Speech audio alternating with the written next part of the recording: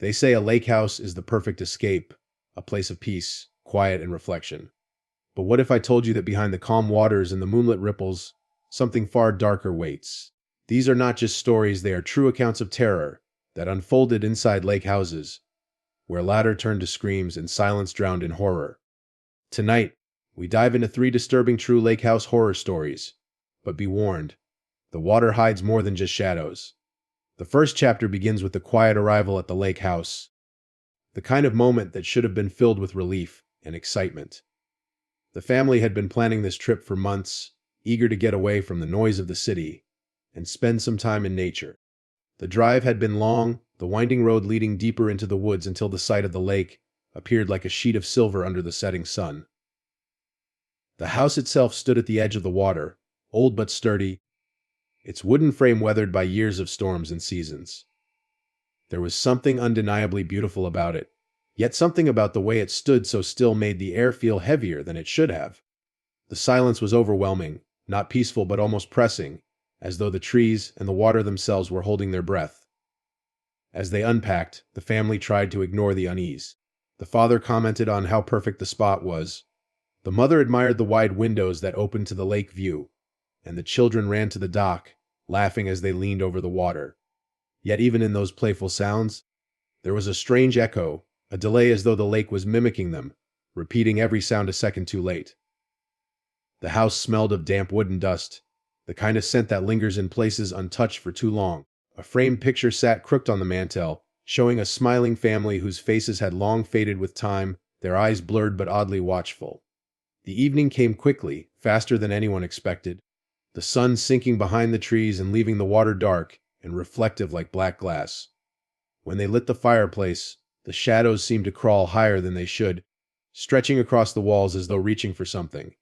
A creak echoed upstairs, the sound of a door slowly moving on its hinges, but when they checked, every door was closed and still. The parents brushed it off as the house settling, after years of standing against storms, but the children whispered to each other about someone walking around above them. The mood was fragile, teetering between excitement and unease, every moment of silence broken by the occasional splash from the lake that had no visible source. That night, as they prepared for bed, the youngest child looked out the window and swore they saw someone standing on the dock, a figure too still, too dark to be a trick of the moonlight. The parents comforted them, saying it was probably just their imagination, but when they finally checked, the dock was empty, and yet wet footprints trailed from the boards toward the shore. The lake seemed restless, its ripples moving against the wind, as though something beneath the surface was shifting, waiting, watching from below. The second chapter begins with the morning after their first unsettling night in the lake house, when the light of day seemed to erase the dread that clung to them only hours before. The sun rose brightly over the still waters, painting the lake in hues of gold and blue, and the family convinced themselves that the strange noises and fleeting shadows had only been the result of exhaustion and overactive imaginations. The children begged to take the rowboat out, their laughter carrying over the surface as the father reluctantly agreed, though he kept a cautious watch from the shore. For a brief moment, the house felt alive with warmth, the fire crackling inside, breakfast sizzling on the stove, and the gentle rhythm of paddles against the water filling the air. Yet beneath the cheer, a sense of something unnatural persisted, like the faint hum of a note only some could hear. The mother was the first to notice the odd reflections in the lake. As she gazed out from the porch, she saw not just her children and husband mirrored on the surface, but faint, distorted outlines near them, as though extra figures were gliding just below the water. She blinked, and they were gone, the ripples scattering them into nothingness. Shaken, she said nothing, not wanting to alarm the others, but the feeling stayed with her. Later, while walking the dock, she swore she heard voices carried by the wind, faint, broken syllables like whispers bubbling up through the depths. She leaned over the edge, searching the water, only to find her own reflection, staring back with an expression that didn't quite match hers. By afternoon, the children's play had shifted from joyful to uneasy. The youngest complained of hearing someone call their name from the trees, a low, stretched-out version of their voice that made them too frightened to go near the woods again. The older sibling dismissed it, but even they admitted to hearing splashes where no one was swimming, as if something was moving just out of sight. When they told their father, He checked the shoreline and found nothing but damp soil and impressions that looked too large to be animal tracks yet too distorted to be human footprints. He covered them quickly, hoping the children hadn't noticed, but the unease in his gut grew heavier. As evening approached, the family gathered on the porch to watch the sun dip toward the horizon. The lake glowed with the reflection of the fiery sky, and for a fleeting moment it looked almost beautiful, enchanting even. But then the wind died, and the surface went still, eerily calm, like glass. In that unnatural stillness, the faint sound of laughter rose from the water, hollow and far away, echoing back at them as if someone were mocking their own joy.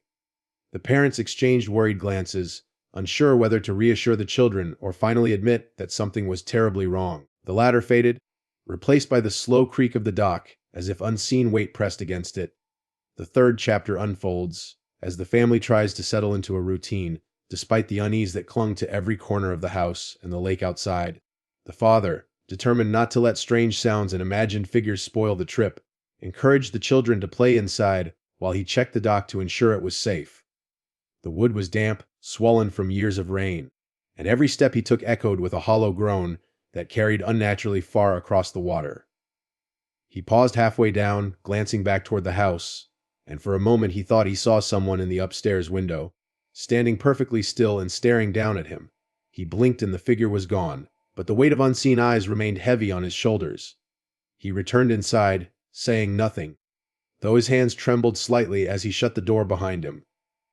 The children were playing a board game in the living room when the footsteps began. At first it was soft, like the creak of wood adjusting to the changing weather, but soon it became distinct, deliberate, the sound of someone walking along the hallway above them. The mother froze, her eyes darting upward, her lips pressing into a thin line as she tried to mask her fear. The father went upstairs to investigate, his movements slow and cautious, but when he reached the landing, the hallway stretched out empty, every door closed, every room still. He lingered listening, and then the footsteps came again, this time behind him, echoing up from the very stairs he had just climbed. That night the sounds grew bolder. The family lay awake in their beds, listening as heavy steps moved across the upstairs floorboards, pausing outside their rooms, then continuing on, as though pacing the house with a purpose only it understood. The children clung to their blankets, whispering about shadows they could see beneath their doors, shifting shapes that never matched the light of the lamps. The father rose once more, his patience fraying, and walked through the halls with a flashlight, determined to prove there was nothing there. The beam of light cut through the dark, landing on door frames and peeling wallpaper, but never on anything solid. Yet as he passed the guest room at the end of the hall, the doorknob rattled violently, as though something inside was struggling to get out. He stepped closer, breath caught in his throat, and just as suddenly the sound stopped, leaving only silence pressing against his ears. When he opened the door, the room was empty, though the air was unbearably cold, colder than any other part of the house. The window rattled in its frame, as if unseen hands were trying to force it open, though the night outside was still. He shut the door firmly and returned to his wife, refusing to admit what he had experienced. But when they finally tried to sleep again, the sound of footsteps returned, louder than before, circling the house as though something unseen had made itself comfortable in their presence. The fourth chapter begins with a restless morning after another sleepless night. The entire family weighed down by fatigue and an unspoken fear. The mother was the first to notice that the window in their bedroom, which they had locked tightly the night before, now stood slightly ajar. Cold air seeped in, carrying with it the faint smell of the lake, damp and earthy, as though the water itself had crept into the room. She was certain she had shut it, certain her husband had checked it twice, yet now it hung open just enough for the curtain to sway with each breath of wind. When she tried to close it, the frame resisted, as though something unseen was holding it in place. It finally snapped shut with such force that the glass shuddered, and for a brief second she thought she saw the reflection of another face in the pane staring back at her before it dissolved into her own. Later that day, the children played in the hallway when the youngest pointed out that several other windows in the house seemed to be unlocked, despite their parents' insistence that they were all secured. The father checked each one carefully, but every time he returned to a window he had just locked, it would be open again by the time he circled back. He grew more frustrated with each pass, sweat beading on his forehead, as though he were fighting a losing battle against something that was toying with him. The mother tried to reassure the children, though her own voice wavered, and the tension in the air grew heavier with every creak of the floorboards. That evening, as they gathered in the living room, a sudden gust blew through the house, slamming doors and rattling the walls. Every window they had locked stood wide open, the curtains billowing violently as if pulled by unseen hands. The children screamed as the lights flickered, the shadows stretching long across the floor in unnatural shapes. The father and mother rushed to close each window, their movements frantic, their fear now undeniable. But as quickly as it had begun, the wind died, leaving the house silent once more, every window inexplicably shut as though it had never been disturbed. Sleep that night was impossible. The children lay wide-eyed in their beds while the parents kept watch in the living room. Around midnight, the mother heard the faint scrape of wood against glass, the unmistakable sound of a window sliding open upstairs. The father grabbed a flashlight and crept toward the sound, his steps hesitant, every nerve in his body tense. When he reached the top of the stairs, he saw the bedroom window swinging open slowly, steadily, as though invisible fingers were pulling it upward. He froze, the beam of his flashlight trembling, and in the glass he caught a glimpse of movement that was not his own, a dark figure leaning forward, as though trying to push through from the other side of the reflection. The fifth chapter begins with the family shaken from the previous night, the image of the window moving on its own still etched in their minds. The mother tried to rationalize it as a draft, though her voice lacked conviction, while the father remained silent, his jaw set tight as he busied himself with trivial tasks around the house. The children were unusually quiet, avoiding the upstairs entirely, preferring to stay close to the living room where the fireplace burned low. It was during breakfast that the first sound came, faint and muffled, rising from somewhere outside near the dock. At first it seemed like the call of a bird, but as it grew clearer, it became unmistakably human, the fragile tone of a voice carrying across the water. It sounded broken, almost gurgling, as though rising through liquid, each word distorted yet desperate. The mother was the first to truly hear it, her spoon pausing midair as the sound lingered on the edge of recognition. She turned to her husband, who nodded stiffly, confirming that she wasn't imagining it. The children looked toward the lake, their faces pale, listening as the whispers turned into cries that seemed to overlap, as though more than one person was speaking at once. The father went out to the porch, straining to see across the still surface of the water, but the lake was empty, no boats, no swimmers, nothing to explain the voices. Yet the sounds continued, drifting closer, circling the house as if carried by currents that should not exist on a calm morning. By afternoon, the voices grew louder, clearer, almost conversational, though the words were never fully understood. The youngest child covered their ears and begged for it to stop, insisting that the voices weren't just outside, but under the house, bubbling up from beneath the floorboards. The mother dismissed it as imagination until she, too, heard faint murmurs from below her feet, soft and dragging, echoing through the old wood. The family stood frozen, listening as if the lake itself was trying to speak to them through the very bones of the house. That night the voices became unbearable. The children cried in their beds as the sound of drowning breaths and gasping words filled the rooms. The parents tried to comfort them, but every time they spoke, their own words seemed to be repeated back from the lake, echoed seconds later in a distorted tone that mocked their voices.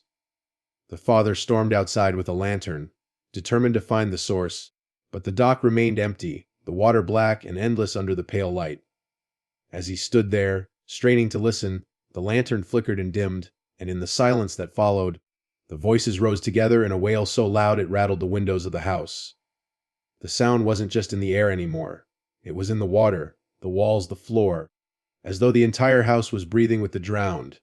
The sixth chapter begins with a heavy fog rolling across the lake, thick and impenetrable, swallowing the shore until the house seemed isolated in its own small world.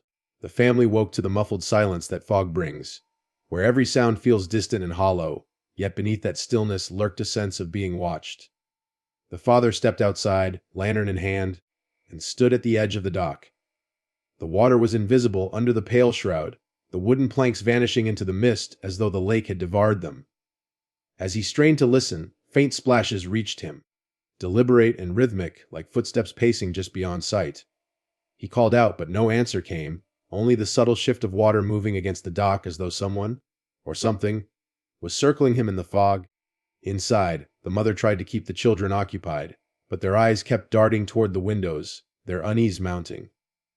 The youngest whispered that they saw someone standing by the trees, a tall figure shrouded in the haze, unmoving and silent. When the mother looked, there was nothing, just the gray veil of mist clinging to the branches. Yet a moment later, the same figure appeared closer, this time at the edge of the yard, half formed as though the fog itself had shaped into a person. She blinked and it dissolved, but the impression of its presence lingered, a shadow without substance that refused to leave her mind. As the day dragged on, the fog thickened, sealing them off further from the outside world. The father grew restless and paced the house, occasionally peering out only to find the same ghostly whiteness pressing against every window. At one point, while standing at the back door, he saw the faint outline of a man standing at the shoreline, motionless, his head tilted upward as though watching the house. He rushed outside, his heart pounding, but when he reached the spot, there were no footprints in the wet soil, no sign that anyone had stood there. Behind him, from the direction of the lake, came a low dragging sound, like something heavy being pulled through the water. As night fell, the fog did not lift but grew darker, the mist turning into a suffocating blanket that seemed to seep into the walls of the house. The children huddled together, whispering that someone was outside their window, breathing against the glass. When the parents checked, the panes were slick with condensation, and in the center of the fog glass was the faint outline of a handprint pressed from the outside. The father wiped it away, only for another to appear seconds later, this time larger, spreading as though more hands were pressing against the windows all at once. The mother drew the curtains tight, but even behind the fabric they could hear the faint scrape of fingers, dragging across the glass, circling the house slowly, patiently, as though the stranger in the fog was not one, but many. The 7th chapter begins with the family waking to an uneasy quiet after a night of scraping sounds at the windows. The fog still clung to the lake, but now seemed to have seeped inside the house, not in sight but in feeling, heavy and damp, making the air difficult to breathe. The father moved through the rooms, checking each lock again, his hands trembling with exhaustion, while the mother tried to prepare breakfast, though she barely touched the food. The children sat silently at the table, their eyes darting to the ceiling where faint knocks echoed, steady and deliberate, as though something beneath the roofline was moving along the beams. The sound carried through the house, sometimes directly above them, sometimes from within the walls, and though the father climbed into the attic to look, he found only dust and cobwebs, the air so cold it stung his lungs. By midday the noises became stranger. Instead of creaks or footsteps, the family began hearing whispers drifting through the floorboards, soft and broken, like fragments of conversation from unseen mouths. The children pressed their ears to the wood and insisted they could hear names being called, their own names repeated slowly, over and over, as if coaxing them closer. The mother pulled them away, her face pale, and warned them not to listen, but she herself could not help but hear the whispers when the house fell silent, words threading through the air too faint to fully understand. At one point, as she leaned against the wall, she swore she felt something move inside it, a vibration like a hand brushing against the other side of the wood. That evening, as they gathered in the living room, the house seemed to come alive. The boards beneath the rug shifted as though something crawled underneath, circling the room slowly. The father pulled the rug aside, revealing nothing but aged wood, but as soon as he knelt, a loud thud shook the floor beneath him, so powerful it rattled the glass in the windows. The children screamed and clutched their mother while he backed away, his face drained of color. Moments later, a new sound joined the knocking, a steady scratching, rising from beneath the floorboards, growing louder and more frantic, as if something trapped below was trying to claw its way through. The family retreated upstairs, hoping the sounds would fade, but in the hallway they discovered something even more unsettling. The floor there bulged slightly, the wood boards pushed upward as though something beneath was pressing against them. The youngest child pointed at the warped section and whispered that they saw fingers pushing up through the cracks. The father quickly ushered everyone into a bedroom, slamming the door shut, but even there the noises followed. From the corners of the room came the faint sound of breathing, drawn out and wet, accompanied by a whisper that seemed to come from the very walls around them, whispering their names with chilling patience. The 8th chapter begins with the family refusing to leave the bedroom, after the terrifying sounds that had followed them through the house. The door was locked, and the curtains were drawn tight, but the sense of being watched never faded. The youngest child asked repeatedly why they couldn't just leave the lake house, but the father insisted that the fog was too thick, the night too dangerous to try to make their way out. Still, his words felt more like an attempt to convince himself than anyone else, his eyes fixed on the doorknob that seemed to twitch every now and then as though something pressed on it from the other side. Hours passed in tense silence, broken only by the occasional scrape along the hallway floor outside the room, each sound reminding them they were not alone in the house. When morning finally came, the fog had not lifted, but exhaustion forced the family to leave the safety of the bedroom. As they crept downstairs, the atmosphere seemed heavier than before, the house dim even though daylight should have poured through the windows. In the kitchen, the mother noticed something strange. The table was set with plates and cups none of them had laid out. The silverware gleamed, arranged neatly, but each glass was filled with murky lake water instead of anything drinkable. She shuddered as the surface of the water in the cups rippled, disturbed by movements that hadn't come from her. The father swept everything aside, but the sound of the glasses tipping over was muffled, almost as though the room itself absorbed the noise. The children refused to eat, and instead wandered cautiously through the house, though they avoided one room at all costs, the small guest room at the end of the hall upstairs. They whispered that whenever they walked past it, they felt cold air seeping through the crack beneath the door, carrying with it the faint stench of damp earth and algae. The mother tried to open it once, but the door barely budged, as though nailed shut from the inside. When she pressed her ear against the wood, her face drained of color. She claimed she heard the faint sloshing of water, as if the lake itself was trapped behind that door. Later that evening, the father resolved to force the door open. With each strike against it, the house seemed to groan, the walls trembling faintly as if in protest. When the door finally creaked open, the family gasped in unison. The guest room was pitch dark despite the hall light shining in, and the floor was slick with moisture, pooling into shallow puddles that glistened like oil. The stench of rotting vegetation filled the air, and in the far corner stood an old rocking chair that moved gently back and forth though no one touched it.